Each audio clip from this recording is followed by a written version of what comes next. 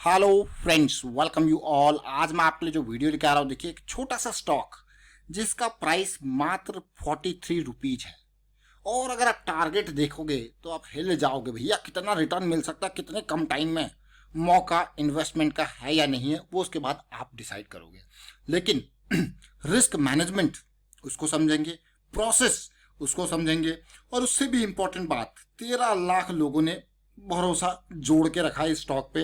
जब स्टॉक 200 के लेवल से बिल्कुल नीचे जमीन पे गिरा, फिर भी लोगों का भरोसा जुड़ा हुआ है। और आगे बढ़ने से पहले मैं आपको बता दूं, अगर आपने अब तक चैनल को सब्सक्राइब नहीं किया तो जल्दी से सब्सक्राइब कर ले, बेल आइकन को प्रेस कर ले, जिससे आपको नोटिफिकेशन आती रहेगी। और प्राइस एक्शन अगर आपको सीखना है तो, क्योंकि प्राइस एक्शन से ही हमें आइडेंटिफाई होते हैं बहुत ही बढ़िया मौके और जो रिटर्न देते हैं बहुत कम टाइम में, बहुत बढ़िया रिटर्न देके जेब में पैसा। अब उसको सीखना है तो आप ज्वाइन कीजिए मेंबरशिप, ज्वाइन बटन पर क्लिक करके मैं आपको सीधे स्टॉक की तरफ लेके चलता हूँ। स्टॉक कोई और नहीं बल्कि मैं इसका वीडियो आपको मई 23 के पास लेके आया हूँ। एक रन इसने हमको दे दिया, इसी ने नहीं बल्कि इसके पूरे भाई बंधु जितने भी हैं सब ने हमको एक रन ऑलरेडी दे दिया। ये कंपनी कोई और नहीं, एक बैंक का स्टॉक है, पंजाब नेशनल बैंक। और अगर यही स्टॉक मैं आपके लिए लेके आऊँ, मैं आपको हमेशा कहता हूँ कि एक स्टॉक में लेके आता हूँ, आप पीएसयू सेगमेंट में और स्टॉक्स को भी जरूर देखें, लेकिन ये आज मैं खास इसके बारे में आपको डिटेल में बताने वाला हूँ। 47,000 करोड़ का मार्केट कैपिटलाइजेशन और शेयर का प्राइस मात्र 43 रुपीज।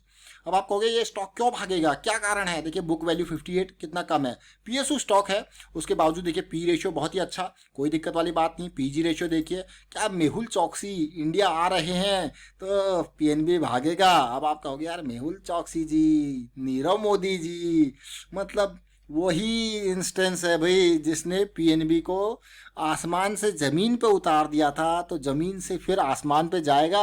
प्रॉफिट पिछले 3 साल का एवरेज 30%, 18% की सेल्स ग्रोथ। आपको के वाह, चलिए देखते हैं, समझने की कोशिश करते हैं, क्योंकि बहुत कुछ इंटरेस्टिंग यहाँ पे है।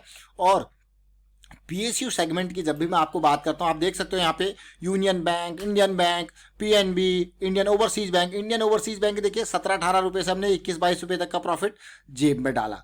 सेंट्रल बैंक में हमने उस टाइम पे 18-19 रुपए का था, क्या कितने तक गया था, 23-24 के आसपास तक गया था पैसा जेब में। तो ऐसे ही सारे स्टॉक आपको एक बढ़िया रन दे चुके हैं, दिए कि नहीं दिए आप क्लियरली देखिए। और ऑलरेडी आपको अपडेट कर दिया गया था मई 23 की इस वीडियो में, हमने सारे पीएसयू के बारे में आपको बताया था। और प्रॉफिट अच्छा खासा, मैं कहूंगा 20-25% का प्रॉफिट जो है अच्छा खासा जेब में ऑलरेडी हर कोई डाल चुका होगा पिछली 2 हफ्ते के अंदर। सोचिए 2 हफ्ते के अंदर आप जब मई का लास्ट वीक और जून का फर्स्ट वीक, जब इतना प्रॉफिट आप जेब में डाल सकते हो 20-20, 25-25%, तो क्या बुराई है भाई। आप सोचिए 20-25%, मैं कहूंगा 2 हफ्ते के अंदर का प्रॉफिट। आप कहोगे हाँ ये तो बहुत ही अच्छी बात है, लेकिन आज हम पीएनबी के स्टॉक को देखने वाले हैं। क्यों?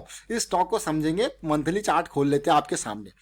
देखिए इस स्टॉक को अगर मैं तसल्ली से देखूं और समझूं, ये स्टॉक आप देखिए इसके पीक्स कहाँ हैं। अगर आपको 220, 260 इस लेवल पे, इसका बेस अब तक कहाँ था, 60 से लेके ये इसका एरिया था 80 के आसपास, ये इसका बेस बनता था 50, 60, 80 के, 60 से 80 के रेंज में।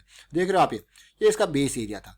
लेकिन इस बार क्या हो गया, ये बेस एरिया से नीचे गिर गया और काइंड ऑफ इम्बैलेंस क्रिएट हो गया। मैं कहूँगा इम्बैलेंस, एक मतलब जो एक इसने एक बैलेंस काइंड ऑफ बना रखा था इस एरिया में, वो टूट के नीचे गिर गया। तो अब भैया जो चीज़ें यहाँ पे अपने मेन स्टेट से नीचे चली जाएगी, बॉटम से नीचे चली जाएगी, वो एटलीस्ट कोशिश करेगी उस एरिया में आने पे, और उस एरिया के अराउंड आपको मिलेगा रेजिस्टेंस। फिर उस एरिया को पार करने के लिए फिर से इंपॉर्टेंट लेवल चाहिए। और पिछले कुछ टाइम पे अगर आप देखो, ये 29-30 के लेवल के बाद ये मैं देख पा रहा हूँ यहाँ पे 36-40 के लेवल पे 2-3 मुझे ऐसे वॉल्यूम देखने को मिले जो मुझे दिखा रहा है कि भैया ये स्टॉक इस एरिया में स्टेबल नहीं है, ये इसका स्टेबिलिटी वाला एरिया नहीं है। हाँ, अगर इसको स्टेबिलिटी में जाना है तो पुराने बेस, देखिए बेस का पॉइंट 60 रुपीज के आसपास है, बेस का लो पॉइंट, और बेस का ये मैं कहूँगा हाई पॉइंट 90 रुपीज के आसपास है। और अगर आप परसेंटेज वाइज भी देख लो, मैं सोचता हूँ कि चलिए 60 रुपीज तक ये चला जाता है, 60 रुपीज तक चला जाता है कुछ टाइम में, तो आप गेन देख के हैरान हो जाओगे। करंट लेवल से 60 रुपीज तक के लेवल को देखते देखिए, ये रहा 60 का रेंज, कितना है 40% का प्रॉफिट। क्या 40% का प्रॉफिट कम होता है? चलिए बेस एरिया इसको छोड़ते हैं, चलते हैं 90 में, थोड़ा ऊपर एरिया में देखते हैं कि वहां तक जाता है तो क्या होता है। देखिए कितना है 133। ये तो 100 पे पहुंच गया। मैं जी थोड़ा कम करता हूँ, पता चले भाई 100 पे नहीं गया। तो हम यहाँ देखते हैं कितना 42 के आसपास से 90 के एरिया में ये लेके 113, मतलब पैसा डबल आपको हो गया यार, ये तो डबल हो गया।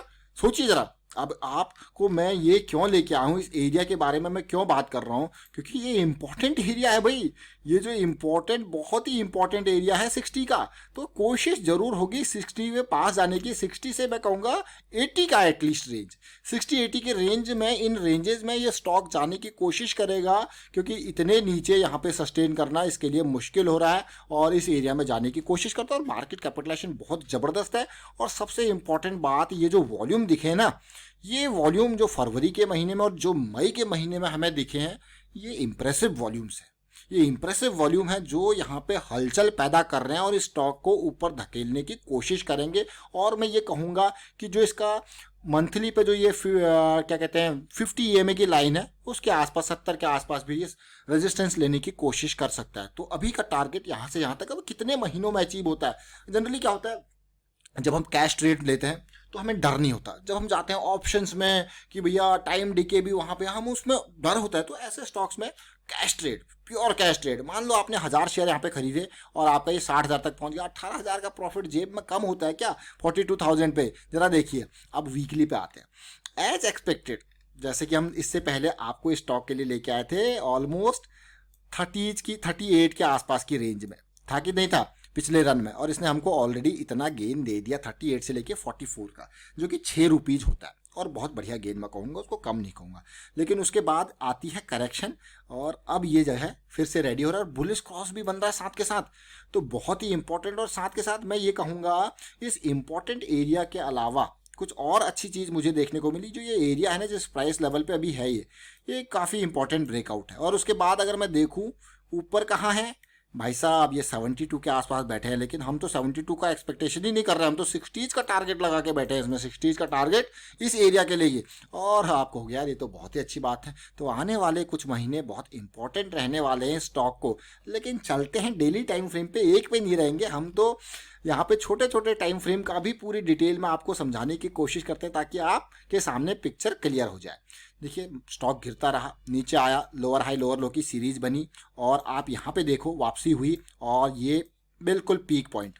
अगर आप देखोगे यहाँ पे पीक पॉइंट, फिर क्या बनाया इसने, यहाँ पे हायर लो। इसी को तो कहते हैं करेक्शन का रेजोल्यूशन। तो इसीलिए हम 38 के लेवल पर जब लेके आए थे तो हमें यहाँ पे दिख रहा था कि हाँ, स्टॉक यहाँ पे एक बढ़िया मूव दे सकता है। हल्का सा यहाँ पे pull back kind of scenario, ये रैली, इस रैली को देखिए 38 से 45 की एक रैली डन।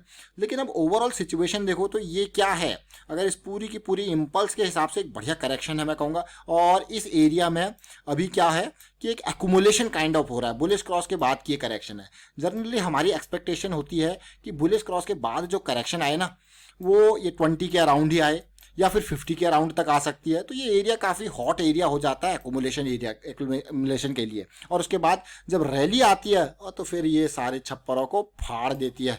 तो ये एरिया जैसे ही ब्रेकआउट होगा और आपको फिर अगला टारगेट क्या है आपके लिए, 60 से लेके 90 के बीच में, और 72 पे 200 वीक्स का सिंपल मूविंग एवरेज भी बैठा हुआ है। तो इस तरीके से समझिए पूरे प्रोसेस को। और जैसा कि मैंने आपको वॉल्यूम के बारे में बताया था, तो ये टाइम फ्रेम आप यहाँ से ले लीजिए। मैं कहूँगा यहाँ से ये टाइम फ्रेम इस एरिया को ले लीजिए और इस एरिया में जहाँ जहाँ पे आपको बड़े टावर्स दिख रहे हैं ना, यानी कि कोई ना कोई माल खरीद रहा है ये इन 10 रुपये की रेंज में, 10 रुपीज़ की 32 से लेके 42 की रेंज में माल खरीद रहा है। क्योंकि जो बड़े प्लेयर्स होते हैं ना, वो ऐसा नहीं कि एक टाइम पे शेयर को खरीद लेंगे कि भाई उन्होंने कहा नहीं हम तो 34 रुपीज़ में खरीदेंगे, हम तो 38 रुपीज़ में खरीदेंगे, तो मिलता ही नहीं ना।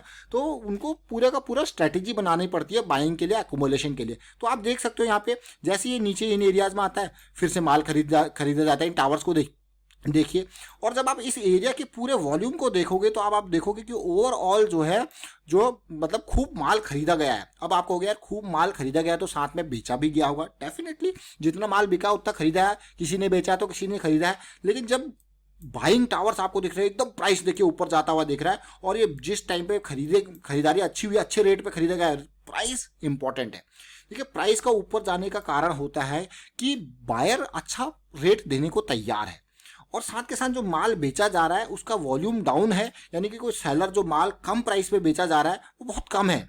वो माल निकाला जो हल्का हल्का जा रहा है, देखिए धीरे धीरे करके जो प्राइस, जब प्राइस नीचे गिर रहा है। तो ये ओवरऑल मैं कहूँगा ये स्ट्रेटेजी है, इसको समझिए और देखिए ज़रा 44 का ये रेंज काफ़ी इंपॉर्टेंट है। और मुझे लगता है कि यहाँ पे क्या पीएनबी अपने बैलेंस बनाने के लिए जाएगा 60 के पास। तो चलिए देखते हैं, आगे ट्रैक करते रहेंगे। और साथ के साथ मैं आपको यही कहूँगा कि और स्टॉक्स को भी यहाँ पे जरूर देखें, पीएसयू के, बाकी पीएसयू के स्टॉक्स पे भी एक नज़र जरूर डालिए, उनको एनालाइज कीजिए। फिलहाल मैं वाइंड अप करता हूँ इस वीडियो को। उम्मीद करता हूँ वीडियो आपको अच्छा लगा होगा। अच्छा लगा तो शेयर कीजिए, लाइक कीजिए, और चैनल सब्सक्राइब नहीं किया तो सब्सक्राइब कर लो। और प्राइस एक्शन अगर आपको सीखना है तो मेंबरशिप ज्वाइन कीजिए, ज्वाइन बटन पर क्लिक करके। Thank you for watching the video.